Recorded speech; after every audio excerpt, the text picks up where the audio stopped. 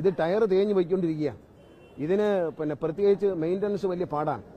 ഞാൻ വന്ന സമയത്ത് ഞങ്ങളിത് പരിശോധിക്കുമ്പോൾ ഏതാണ്ട് 50% ഇത് ചാർജിങ്ങിൽ ഓടാൻ പറ്റുന്നുണ്ടായിരുന്നുള്ളൂ. ഇന്ന് ഏതാണ്ട് 70-75% ഓടുന്നുണ്ട്. കമ്പനിക്കാരെ വിളിച്ചു വരുത്തി വഴക്കുണ്ടാക്കി അത് ഒരുവിധം കറക്റ്റ് ചെയ്തു. കാരണം ബാറ്ററി ഇനി അടുത്ത കെട്ടണം, അടുത്ത വർഷമൊക്കെ ആകുമ്പോഴത്തേന് ബാറ്ററി തീരും. ബാറ്ററി പോയി 5-ാം വർഷം ബാറ്ററി പോയാൽ 28 ലക്ഷം രൂപ വേണം ഇതിൽ ഒരു വണ്ടിയുടെ ബാറ്ററി വാങ്ങാൻ. ഒരു കാര്യം നിങ്ങൾ മനസ്സിലാക്കൂ, ഇത് വലിയൊരു സംഭവമായിട്ടൊന്നും പറയരുത്. ഇത് കൈനഷ്ടം തന്നെയാണ്. കാരണം 28 ലക്ഷം രൂപ കൊടുത്താൽ ഒരു മിനി ബസ് കിട്ടും, ഡീസൽ മിനി ബസ് കിട്ടും. അപ്പോൾ നമ്മൾ വാങ്ങിയല്ലോ, ഐഷറിൻ്റെ വണ്ടി വാങ്ങി, നിങ്ങൾ കണ്ടതാണ്. ആ വണ്ടിയുടെ ശരാശരി കിലോമീറ്റർ വരുമാനം എന്ന് പറയുന്നത് 52 രൂപ വരെ വരുന്നുണ്ട്. കോടി വരെയാണ് ഇപ്പോൾ പുതുതായിട്ട് വരുന്നുണ്ട്. അതിൻ്റെ വില എന്ന് പറയുന്നത് 28 ലക്ഷം. ഇതിൻ്റെ വില 1 കോടി രൂപയാണ്. ഒരു വണ്ടിക്ക് 1 കോടി രൂപ. 5-ാം വർഷം ഈ വണ്ടിക്ക് 25 ലക്ഷം രൂപ, 28 ലക്ഷം രൂപയ്ക്ക് ബാറ്ററി വാങ്ങണം. ഇതെല്ലാം വളരെ വ്യക്തമായി കാണാം. സാങ്കേതികമായി അറിയാവുന്നവർക്ക് ഇത് മനസ്സിലാവും. ജനങ്ങൾ മനസ്സിലാകാത്ത ഭാഷയിൽ ഞാൻ സ്നേഹത്തോടെ പറയുകയാണ്.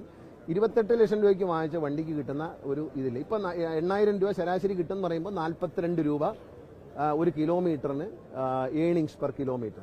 ഒരു കിലോമീറ്റർ ഓടുമ്പോൾ കിട്ടുന്നുണ്ട്. നേരത്തെ കിട്ടിയിരുന്നത് 27 രൂപ, 26 രൂപയായിരുന്നു. ഇപ്പോഴത് 42 വരെ നമ്മൾ എത്തിച്ചിട്ടുണ്ട്. പക്ഷേ ഇതിൻ്റെ ഈ വലിപ്പം തന്നെയുള്ള ഡീസൽ മിനി ബസ് വാങ്ങിയ വണ്ടികൾക്ക് 50-ന് മേളിൽ EPK കിട്ടുന്നുണ്ട്, ഗ്രാമപ്രദേശങ്ങളിലൊക്കെ ഓടുന്ന വണ്ടികൾ. പിന്നെ നെടുമങ്ങാട് താമസിക്കുന്നവരെയും പോത്തങ്കോട് താമസിക്കുന്നവരെയും ആറ്റിങ്ങൽ താമസിക്കുന്നവരെയും നെയ്യാറ്റിങ്കര താമസിക്കുന്നവരെയും തിരുവനന്തപുരത്തേക്ക് കൊണ്ടുവരാൻ പറ്റില്ല, വണ്ടി കയറ്റൂല എന്ന് പറയാൻ കേരള സർക്കാരിന് കഴിയില്ല, ഞങ്ങളുടെ സർക്കാരിന് കഴിയില്ല. അത് ഞങ്ങൾ പറയില്ല. അതുകൊണ്ട് എനിക്ക് വളരെ ക്ലിയർ ആയിട്ട് പറയാം. മേയർ അദ്ദേഹം എന്നോട് സംസാരിക്കുകയോ ഞങ്ങൾ കത്തുകയും ചെയ്തിട്ടില്ല. വളരെ ഫ്രീ ഹാൻഡായിട്ട് പറയുന്നു.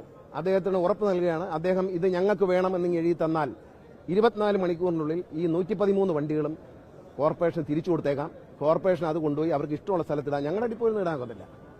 ഞങ്ങൾ പകരം 150 വണ്ടികൾ പുറത്തുനിന്ന് കൊണ്ടുവരും. വേറെ ഒന്നുമല്ല, ഈ ഗ്രാമപ്രദേശം പോത്തങ്കോട് എന്നുള്ളവർക്ക് കോർപ്പറേഷൻ എന്ന് പറയുന്ന ഒരു ഉദാഹരണം പറയാൻ, കോർപ്പറേഷൻ വന്ന് നിൽക്കുന്നത് കടക്കൂട്ടത്താണ്. കണിയാപുരത്താണ് വർക്ക്ഷോപ്പ് നമുക്ക് സ്റ്റേഷനുള്ളത്.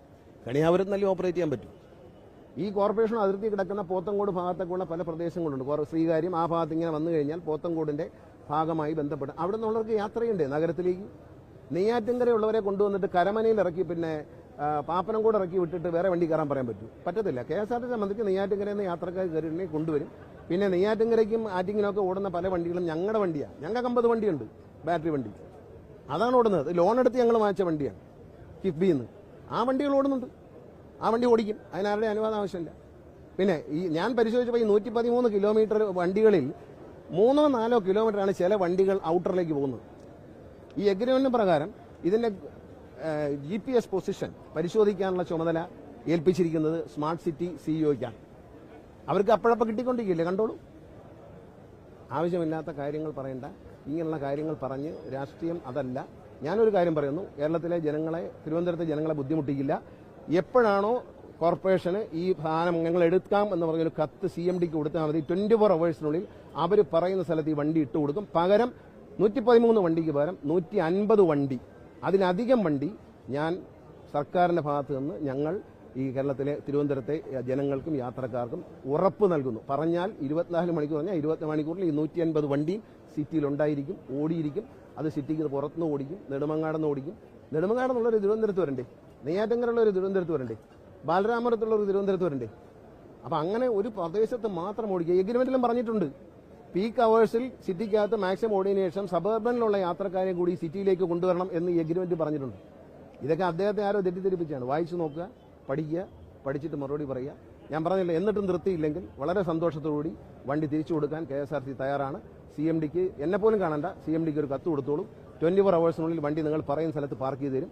ഡ്രൈവർ ഞങ്ങളതാണ്, കണ്ടക്ടർ ഞങ്ങളതാണ്, ടിക്കറ്റ് മെഷീൻ ഞങ്ങളതാണ്, വർക്ക്ഷോപ്പ് ഞങ്ങളതാണ്, എല്ലാം ഞങ്ങളതാണ്. ഞങ്ങൾ വേറെ വണ്ടി ഇറക്കും.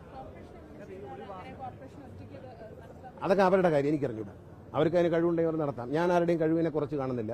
നമ്മൾക്ക് വേണ്ടെന്നുള്ളതാണ്. നമുക്ക് ഇതുകൊണ്ടാണ് KSRTC ജീവിക്കുന്നതെന്ന് ന്യൂസ് 18 പോലുള്ള ചാനലുകൾ വ്യാജ പ്രചരണം നടത്തരുത്. KSRTCയുടെ ലാഭം ഇവിടെയല്ല.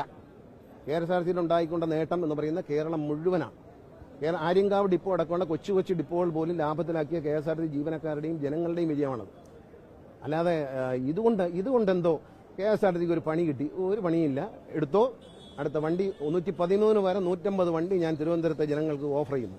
പറഞ്ഞാൽ ചെയ്തിരിക്കും, ഒരു സംശയമൊക്കെ വേണമെങ്കിൽ എടുത്തു. അല്ല ലോഹിത്തിലാണെങ്കിൽ ലോഹിത്തിൽ നമ്മൾ ഓടിക്കുന്നതിന് ഒരു വിരോധമില്ല. ഇങ്ങനെ പോട്ടെ, ഇങ്ങനെ പോകണമെന്നാണ് എൻ്റെ ആഗ്രഹം. ഞങ്ങൾ ആഗ്രഹിക്കുന്ന അങ്ങനെ തന്നെയാണ്. ഇത് ഡെമോക്രസിയാണ്. അപ്പം അദ്ദേഹത്തിനെ ആരെങ്കിലും തെറ്റിദ്ധരിപ്പിച്ചിട്ടുണ്ടെങ്കിൽ അദ്ദേഹം കാര്യം മനസ്സിലാക്കുക. എന്നോട് അദ്ദേഹത്തിന് സംസാരിക്കാമായിരുന്നല്ലോ. എന്നെ വിളിച്ചിരുന്നെങ്കിൽ ഞാൻ ഫോൺ എടുക്കുമായിരുന്നല്ലോ. എന്നെ ആരും വിളിച്ചിട്ടില്ല. ഞാൻ സത്യത്തിൽ മാധ്യമങ്ങളിൽ കണ്ടു, ഞാൻ നേരിട്ട് കണ്ടതുമില്ല. പിന്നീട് നിങ്ങൾ പറഞ്ഞതിന് ശേഷം പലരും പറഞ്ഞപ്പോൾ ഞാൻ യൂട്യൂബിൽ കയറിയിട്ട് നോക്കി മനസ്സിലാക്കിയായിരുന്നു. അദ്ദേഹത്തെ ആരോ തെറ്റിദ്ധരിപ്പിച്ചതാണ്, അങ്ങനെ ഒരു പരിപാടി. പിന്നെ അത് വിജയിപ്പിക്കാം എന്നൊക്കെ കോൺഫിഡൻസ് ഉണ്ടെങ്കിൽ എടുത്തോട്ടെ, നമ്മൾ റെഡിയാണ്. ഇതിൽ കൂടുതൽ എന്താ പറയാൻ പറ്റുന്നത്? എടുത്തോളൂ. 113 വണ്ടി 24 മണിക്കൂറിനാണ് തിരിച്ചു തരാം, അവിടെ ഏൽപ്പിച്ചേക്കാം. എവിടെയാണെന്ന് പറയണം. പക്ഷേ ഇവിടെ നമ്മുടെ സ്ഥലത്തൊന്നും കൊണ്ടിടാൻ പറയാം. ഞങ്ങളുടെ സ്ഥലത്ത് ഞങ്ങളുടെ വണ്ടി വരും, കാരണം 250 വണ്ടി വരെയല്ലേ. അവർക്ക് പ്രൈവറ്റ് ബസ് ഓടുന്നതൊക്കെ ഓടാൻ കുഴപ്പമൊന്നുമില്ല, അതൊന്നും കുഴപ്പം, അതിലൊന്നും ഒരു വിരോധമില്ല. പക്ഷെ അത് ആവശ്യമില്ലാത്ത കാര്യങ്ങൾ, ഇപ്പം നോർമലി സ്മൂത്തായി പോയിക്കൊണ്ടിരിക്കുന്ന കാര്യങ്ങളെ അലങ്കോലപ്പെടുത്തുന്നത് ഒരു ഭരണ സംവിധാനത്തിൽ, ഡെമോക്രസിയിൽ നല്ലതല്ല എന്ന് മാത്രം ഒരു ജ്യേഷ്ഠ സഹോദരനെ പോലെ ഒരു ഉപദേശം. അത്രയും നമുക്കൊരു പ്രശ്നമല്ല കേട്ടോ. KSRTC ഇതുകൊണ്ടാണ് ജീവിക്കുന്നത് ആരും പ്രചരിപ്പിക്കരുത്. KSRTC ഇതുകൊണ്ടല്ല ജീവിക്കുന്നത്.